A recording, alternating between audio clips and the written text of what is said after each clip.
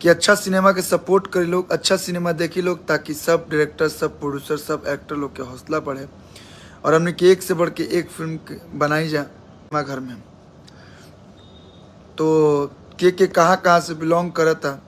Comment में देख सकते हैं दोस्तों किस प्रकार भोजपुरी के सुपरस्टार खेसारी लाल यादव के राजा राम के फिल्म के वायरल फोटोज और संघर्षों को लेकर काफी विशेष खुशियां मनाते दिखते हैं अरविंद अकेला कल्लू। तो क्या है वीडियो को पूरी खबर बताते हैं आपको इसी वीडियो से। पहले वीडियो को दिल से लाइक कर दिए और साथ ही साथ हमारे चैनल पर नए तो चैनल को भी सब्सक्राइब कर दीजिए। तो जैसा कि आप लोग जानते हैं दोस्तों भोजपुरी के सुपरस्टार खेसारी लाल यादव का इन दिनों सोशल मीडिया पर यह फोटो काफी तेजी से वायरल हो रहा है, जिसमें देखा जा सकता है कि सुपरस्टार खेसारी लाल यादव राम के अवतार में नजर आते हैं, जिसकी वाहवाही पूरी भोजपुरी इंडस्ट्री कर रही है और करनी भी चाहिए, क्योंकि जिस भोजपुरी इंडस्ट्री की कुछ कलाकारों की वजह से नैया डूब रही थी उसे सुपरस्टार खेसारी लाल यादव ने अपने मेहनत के बल पर फिर से वह भोजपुरी को मान सम्मान दिए चुके हैं। शायद यही कारण है कि भोजपुरी के तमाम कलाकार सुपरस्टार खेसारी लाल यादव के इस प्रकार के कामों को सराहना दे रहे हैं।